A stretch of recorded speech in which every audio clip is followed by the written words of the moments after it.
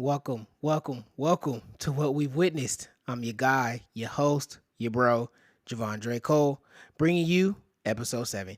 Now, first and foremost, I like to say that whatever or wherever you are tuning in from, whether it be from my LinkedIn newsletter, Spotify, Apple Podcasts, iHeartRadio, Castbox, Pocket Cast, I appreciate the support.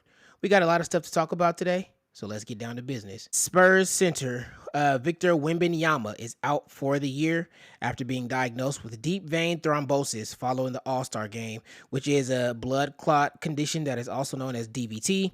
Other NBA players have had this condition as well. Brandon Ingram back in 2019, as well as Asur Thompson just last year. And one that's another more notable player that we may be familiar with who dealt with DVT was Chris Bosh, who was a two-time champion with the Miami Heat, and it played a major factor in how his playing career ended. Now, Wemby was the leading candidate for the Defensive Player of the Year this year. At the time of this injury, he was leading the NBA in blocks at 3.8 and was going to be the youngest Defensive Player of the Year in NBA history, which is going to surpass Dwight Howard, who claimed his first trophy at 23 years old. Now, with Wemby going out, currently the favorites to win the award are Jaren Jackson Jr. of the Memphis Grizzlies and Evan Mobley of the Cleveland Cavaliers. I think in situations like this, you've really got to try to find light in the darkness if you're the San Antonio Spurs. Now, yes, everyone's there playing chances this year for the playoffs, but this will also improve their draft stock next year without a doubt. And a Spurs team that will feature not only Wemby, but Castle and whoever this future star is coming out of next year's draft, which in my opinion could be anywhere between the top 5 to the top 10 pick, depending on how rough of a finish they do have. And if that is the case, this could probably be the first time that we're seeing such young star power that was drafted consecutively on one roster since, bear with me, OKC with Westbrook, Harden, and KD. Now, last year, Wemby won Rookie of the Year. Castle is on pace to be the favorite to win the Rookie of the Year award this year. And who's to say that next year's draft pick won't be a difference maker that's also in the running for Rookie of the Year's race. So it's kind of hard to not imagine the potential of this young big three whose NBA trajectories have gotten off to all such hot starts. And another hot take while we're talking about it, it's kind of hard for us to not imagine, like, hey, is this the beginning of another Spurs dynasty being built right before our eyes?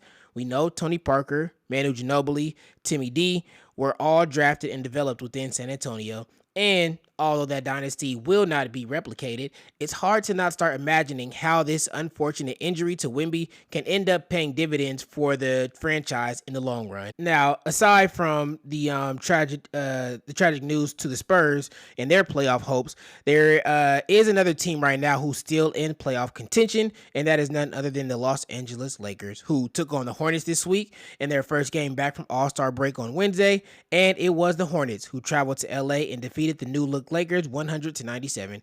Braun led the way for LA with 26 points, 11 assists, and 7 rebounds, and his new partner in crime, Luka Doncic, finished the game with 14 points, 11 boards, and 8 assists as he continues to shake off the rust from his calf injury.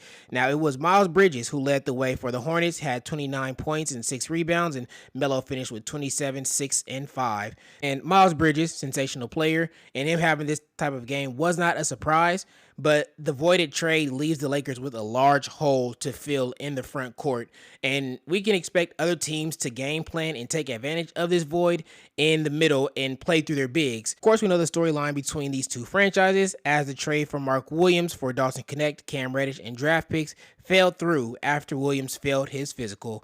Both teams were already aware of the back issues that Williams came with, but there was apparently more damage under the hood for the Hornets big.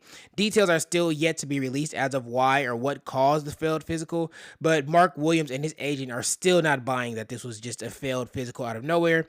Williams noted that the night of the trade, he was playing lots and lots of minutes and that all of his previous injuries had been well documented. But the deed has been done, and both teams will proceed on the season without their new pieces.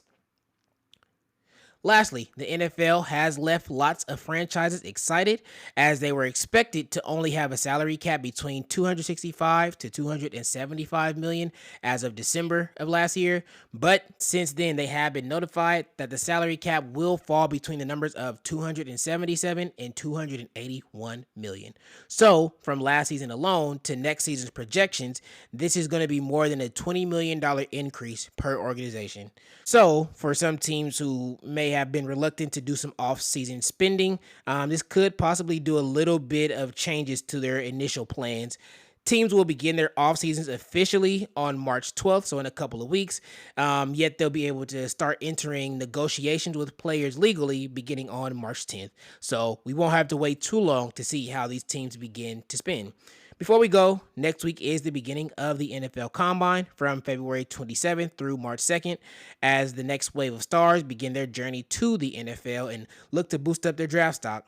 And that, my friends, will wrap up today's episode. And then with the NFL season concluding, stay tuned for more episodes where we will have previews for each team.